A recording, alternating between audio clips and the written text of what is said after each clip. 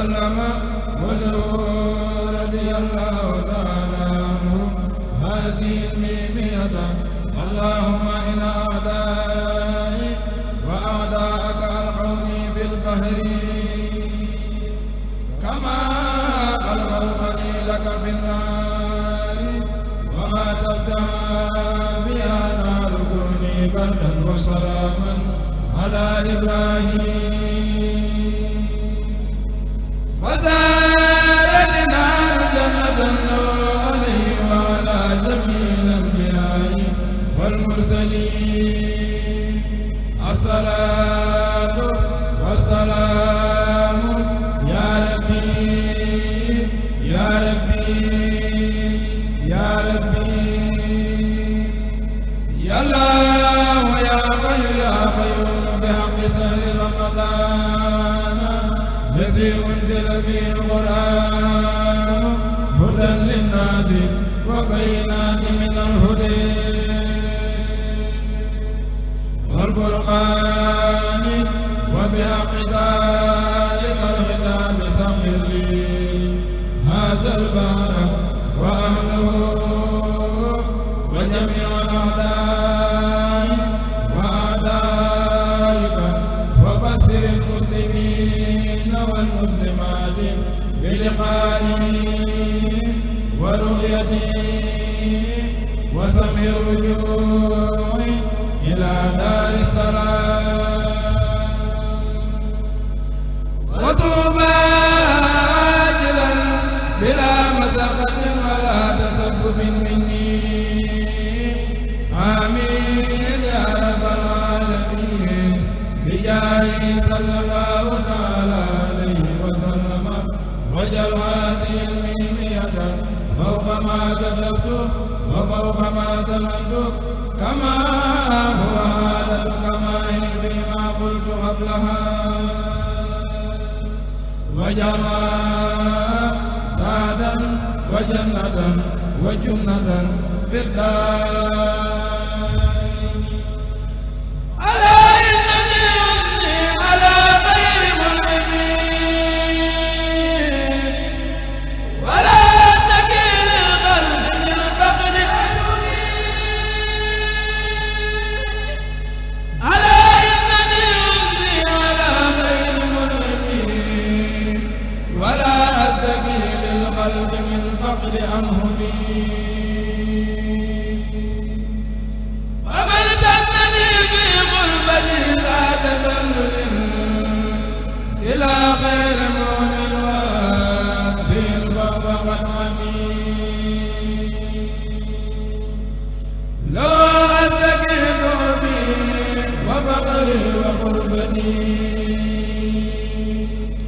وأرجو رجوعي واجلا خير منعمين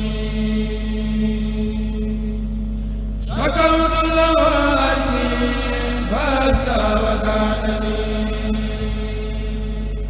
بما فاق ظني وأكرم مكرمين ناجاني بمن غرهم كفرهم به وأنهم أماني طاردا كل مجرمين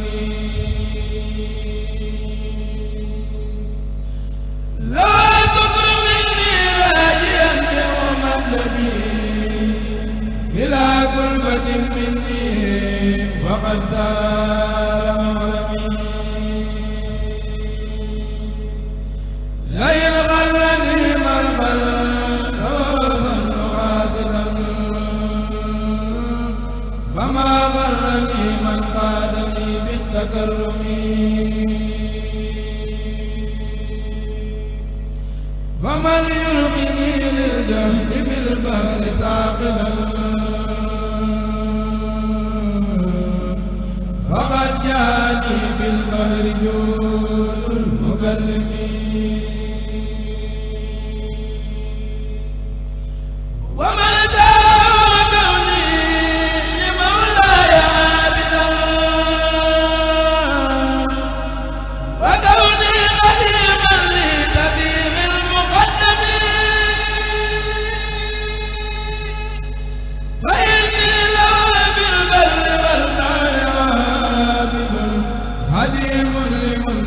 من دواعي تندم فإني لوى بالبر والبحر عابد خديم لملك من دواعي تندم ومن زد عني فالمواهب أقبلا من الوادي المؤمن حفيظ المقدم ومن يلقني في البحر روما لغربتي فلي من إلهي روض في كل عيلم لرب التجاء في حضوري وخيبتي وبالمصطفى أسكن نعم سلمي عليه سلام الله ثم السلام بآل له وصحب مع كل مسلمين إلهي على خير البرايا محمد أدم سلمة أسرى صلاة وسلم مع الآل والأصحاب ذلا وردني سريعا إلى طوبى وخذني وعلمي مع الآل والأصحاب ذلا وردني سريعا إلى طوبى وخذني وعلمي إلهي علي دار كوني خديمه وكوني خديما لا يعلم وفهمي وكوني خديمه وكوني خديما لا يعلم وفهمي إلهي من الوهاب أبقي تبخرا وكسفا وإلهاما فليكسف وألهمي توجهت للفتاة في فتوح وأرجو فيوضا منه هو الفيض ينعمي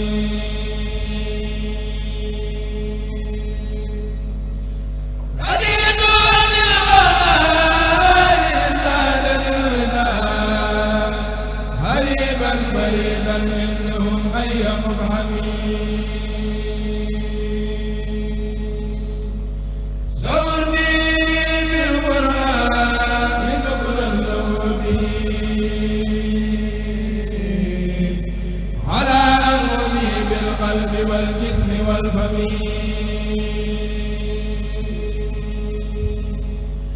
علي الأوائد ما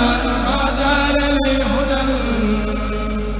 وردي بالآيات في سر معلمي شكري ورضواني وحمدي لنافع أتاني بقرآن عظيم معزم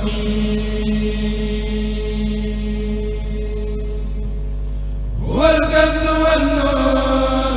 مبين الذي به عن النار والأعداء والهار نحتمي كتاب عزيز من عزيز الأداب